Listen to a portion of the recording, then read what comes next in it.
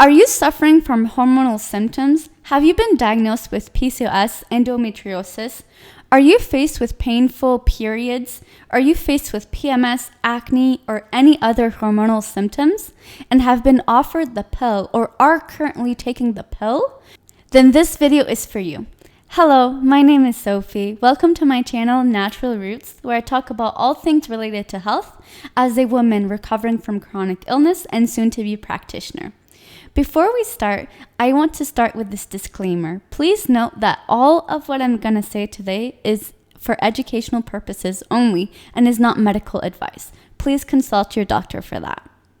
Many women take some form of birth control, and most of them have been taking it since their teenage years. I know personally I have been offered birth control for my acne. Thankfully, even at this young age, something inside of me was telling me that this is not good for me and this is not actually the solution to my problems. So I refused to take it. But I know many women who have been taking it for years and years and years, or even decades, since they were a teenager. And most of them, it was actually for painful PMS or for acne. And later down the road, they actually recognize that, wow, like this was not actually fixing my issues. There's a deeper issue going on. And what's worse is that many women take birth control and expect all their symptoms to go away. But what happens is that they take the pill and then they're faced with many side effects. Plus the symptoms that have been there from day one that didn't disappear. So now they're faced with even more symptoms than before. But the real question is, you took this pill to reduce your symptoms, but now you're faced with also the side effects from the pill. It doesn't make sense. I know of many women who have faced weight gain, irritability, mood swings, etc., from taking birth control. And we all know that this is all related to hormones. But the thing is that hormones is never a root cause. Hormones is only a symptom.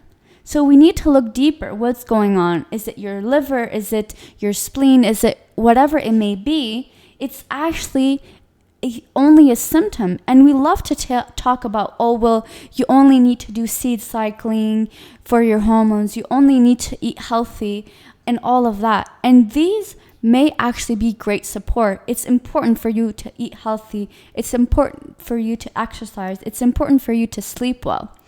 But most people, and actually it was the case for me, I did all of this and I was still faced with hormonal issues. So we need to look at, if you're doing everything that you're supposed to be doing and are still faced with these symptoms, we need to go deeper. We need to seek actually the answer and the solution to our problems. Being prescribed a pill and taking it over years or even decades is only masking your symptoms. And what happens to a lot of women is that when they are ready to conceive or when they are ready to be pregnant, they come off of this pill and most of their symptoms actually come back, some even with a revenge, because they've only been masking these symptoms all these years. They were never actually working on the root cause of their issue. And the real question is, most women get prescribed birth control for everything except actually birth control. They get prescribed, as I mentioned, for heavy period, painful period, irritability, mood swings. But the thing is that it doesn't actually remove these symptoms away. And women can only get pregnant a few days a month. So why are they taking a pill that messes up with their hormones for months, for years at a time, when they can only get pregnant a couple of days per month? Let's take a look at this graph, which explains your hormones fluctuation throughout the month. So this graph is based on a typical 28-day cycle, but anywhere between 28 and 32 days is considered a normal cycle. So we see at the start of your menses, the hormones are actually pretty low. But then we see a huge spike of hormones right before ovulation. And based on this 28-day, that would be on day 14. So we see a huge spike in luteinizing hormone and follicular stimulating hormones, so LH and FSH. And these hormones are actually produced in the hypothalamus, which sends signal to the ovaries to produce these hormones in order to release the egg. After that, after your ovulation, we see a huge spike in estrogen and as well as progesterone. So there is a lot going on, and we can only get pregnant for a few days per month. So why are we being prescribed a pill that is messing up with all these hormones down below? And when you take the pill, depending on which one you take, you only get your period every X amount of months. And even if you get your period every month, it's not real period blood. It's what we call the withdrawal blood. And this name refers to the withdrawal of the hormones in your body. So it's not your body letting go of the endometrium lining. It's actually what we call like fake blood. It's not real period blood. As we saw on the graph, when you take birth control or when you take the pill, you do not ovulate. So all the LH and FSH spike that you see in the balance between estrogen and progesterone doesn't exist when you're on the pill, because it actually blocks that from happening, because it prevents you from conceiving a child.